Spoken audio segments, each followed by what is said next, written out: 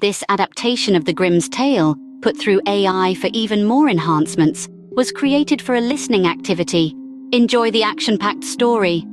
Once upon a time, there was a couple blessed with 7 sons, until one fateful day, a frail, tiny daughter was born. A child so delicate, they believed she might not live past her 8th month.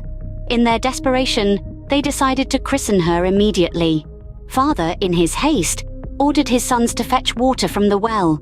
To be the first, each son rushed off, pitcher in hand.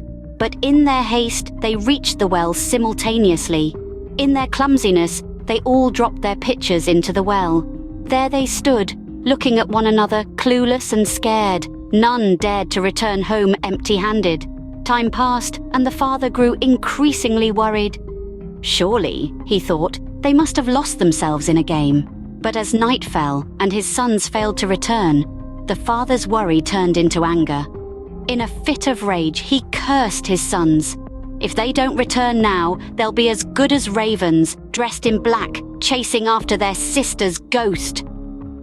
No sooner had the words left his lips than he heard a croaking above his head.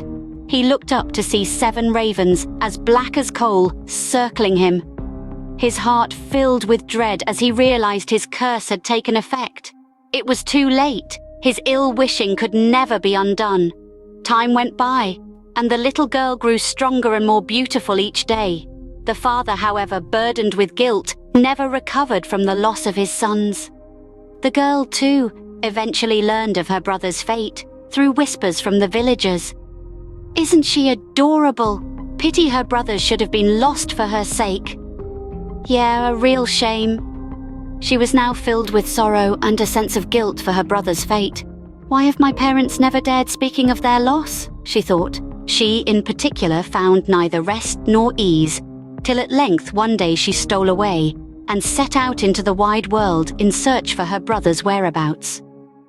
Armed with nothing but a tiny ring, a loaf of bread, a flask of water, and a small wooden stool, the sister began her quest to find her brothers. Her heart full of hope and a spirit that resonated with courage, she stepped into the vast unknown, ready to face whatever the world had in store for her.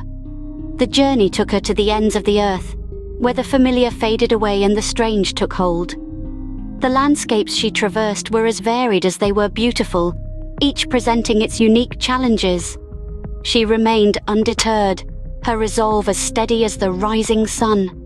In the presence of the sun, she found herself standing on the brink of its fiery kingdom. It was a sight to behold, a force of nature in its purest form. Its heat was fierce, and the wooden stool she carried as a resting aid ignited in the intense heat. As the flames consumed her seat, she realized that the sun, despite its warmth, was much too hot for her to bear. Disheartened but not defeated, she turned her steps towards the moon. The gentle glow of the moon promised serenity, a stark contrast to the overwhelming intensity of the sun. As she approached, she was greeted by an unforgiving chill. The moon, despite its serene beauty, was too cold for her to withstand. She left the moon carrying the piece of bread she had, before hurrying off to the stars, who were all so affable they would each offer up their own little stool for her to sit upon to rest before she made her way to the next star. One step forward was a step into the unknown, a step filled with trials and tribulations. When she came to the morning star, she offered it her water flask. In exchange, it gave her a little piece of wood and said, "Without this little piece of wood, you shan't be able to unlock the castle that stands on the Crystal Mount, wherein lives your brothers." Delighted on hearing this, the little girl rolled up the piece of wood in a linen cloth and went forth until she came to the Crystal Mount, whose gate was bolted. She pulled the linen cloth from her pocket and unfolded it, only to find that the little piece of wood had disappeared. Had she lost the key? Where might it have gone? Without it, she thought, how am I ever going to free my brothers from this crystal palace? Whether it was out of desperation or a leap of faith, we will never know. But she reached into her other pocket this time and pulled out a pocket knife. Without a second thought, she cut off her little finger that bore the tiny ring. She placed the ring in her pocket and then used her little severed finger in place of the missing piece of wood to unlock the gate to the Crystal Palace. Upon entering, a dwarf butler approached her, saying, "Whom do you seek, little girl?" To which she replied, "I know my 7 brothers. The ravens are in here." "But my dear, your finger is bleeding. Come in and let me bandage it up for you," said the dwarf butler. And so he did. "Now, if you'd care to wait till their return, step this way." And he led her through a hall and into a spacious dining room. The cook had prepared dinner for the 7, and the butler asked the girl to help lay the table. Onto 7 small dishes, she put the food preparations while the butler filled 7 goblets with drink. Since she was famished, however, she ate a morsel from each plate, hoping no one would notice.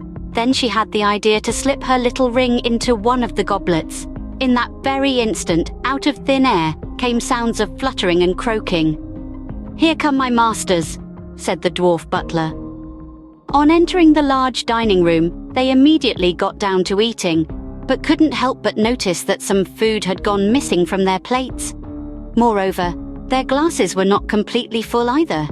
They couldn't fathom who could possibly have done such a thing. But they just kept eating, until finally the 7th had drunk the entire contents of its glass, only to find the shiny ring at the bottom. For some strange reason, the ring brought a vague recollection of their little sister. One raven gave a sigh and said, "If only our little sister were here to lift this curse." All the while, their sister had been hiding behind the door listening, and when she heard that, she sprang forward, and in a flash, the 7 sons found themselves back at home, standing before their parents, who stood before a grave dressed in black, mourning the loss of their baby girl.